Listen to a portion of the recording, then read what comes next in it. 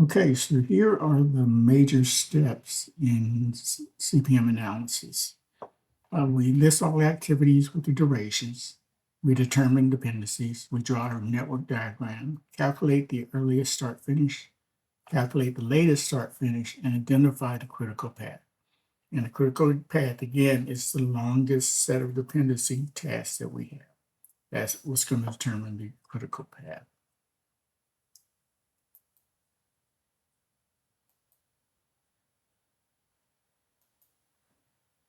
Okay, float. Float or slack time. It's the time an activity can delay without affecting the project completion.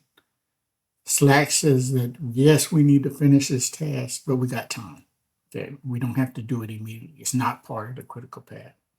So we always look for activity that has slack because those are the items that we might have a little leeway on in case the project falls behind and we need to delay something. The formula, float, is equal to latest start time minus earliest start time. Activities on the critical path have zero float. There are no floats if you're on the critical path. Benefits of CPM: improves planning, scheduling, highlights critical activities very, very easily, visualizes timelines, and helps track progress to allocate resources. Okay, so next we talk about the Gantt chart. We talk about the PERT chart. Next week thing we're going to talk about is the PERT chart. Again, part of project management and keeping track of the project and where it is. Okay, so here's the PERT chart. This is kind of an overview. Okay, you see where we start. We see the activities that we're going to need to complete as far as part of the project. Notice this FAVS. FAVS, understanding 4 key points. FAVS stands for finish, activity, vertex, and start. There are the 4 key components that define the relationships in a PERT network chart. F, finish, end event, marks when the activity or task is completed. A, activity, task or work, the operation or job represented by an arrow. B, vertex, the event or milestone, the node connecting activities, shows dependencies. And S, start, beginning the event, marks when the activity can begin. This here is an explanation of what's basically being done with the PERT. Okay, so its purpose helps identify task sequencing, dependencies, and critical paths. Time estimate in PERT, each activity has 3 time estimates. We have an optimistic time. Okay, this is what we're shooting for. The most optimistic time is the minimum possible time. So we have a task we say it's going to be finished in the most optimistic time in a week. Then we also assign it a most likely time. The most likely time says, yeah, my optimistic time is a week. My most likely time is 2 weeks. So optimistically, I would like to get it done in a week. Most likely, it's going to take me 2 weeks. Pessimistic time is going one step further. It's saying that here's the worst case scenario. The worst case scenario is I won't finish this particular task for 3 weeks. So I have a optimistic time, a most likely time, and a pessimistic time. These values help calculate the expected time. We use these 3 values and we come up in a formula that says here is the expected time based on the optimistic time, most likely time, and pessimistic time. So in PERT, identify all projects, determine dependencies, estimate the time for the OMP, calculate the expected time, and identify the critical path, and estimate project completion probability. Critical path, as in CPM, the longest path through the network, determines the shortest possible completion time. Any delay in a critical activity delays the project. And that's kind of straightforward. If I'm in a critical path with no float, then if I'm delaying under one of those in the critical path, the project's going to be delayed. The whole project will be delayed.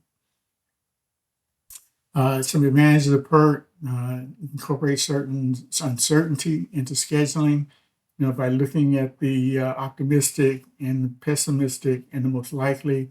I'm building into the schedule some uncertainty, and we're building that into the plan.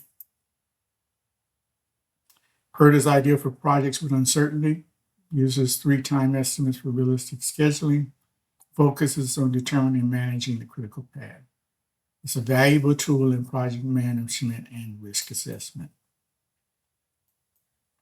Okay, Agile project management. Just want to go over some of the key terms with Agile. We'll get deeper into using Agile and finding out what its advantages are. But here we have Scrum roles. We have the product owner, the Scrum Master, and the development team. Product owner is the executive in charge or who's responsible for the project. The Scrum Master is the individual who controls the Agile project, not a project manager, okay, but controls the Scrum, controls the development of programs in Agile under the Scrum umbrella. And then we have the development team, those who are actually going to do the work. Work in short iterations. Work is broken up into 2 to 4 weeks. It's called a sprint.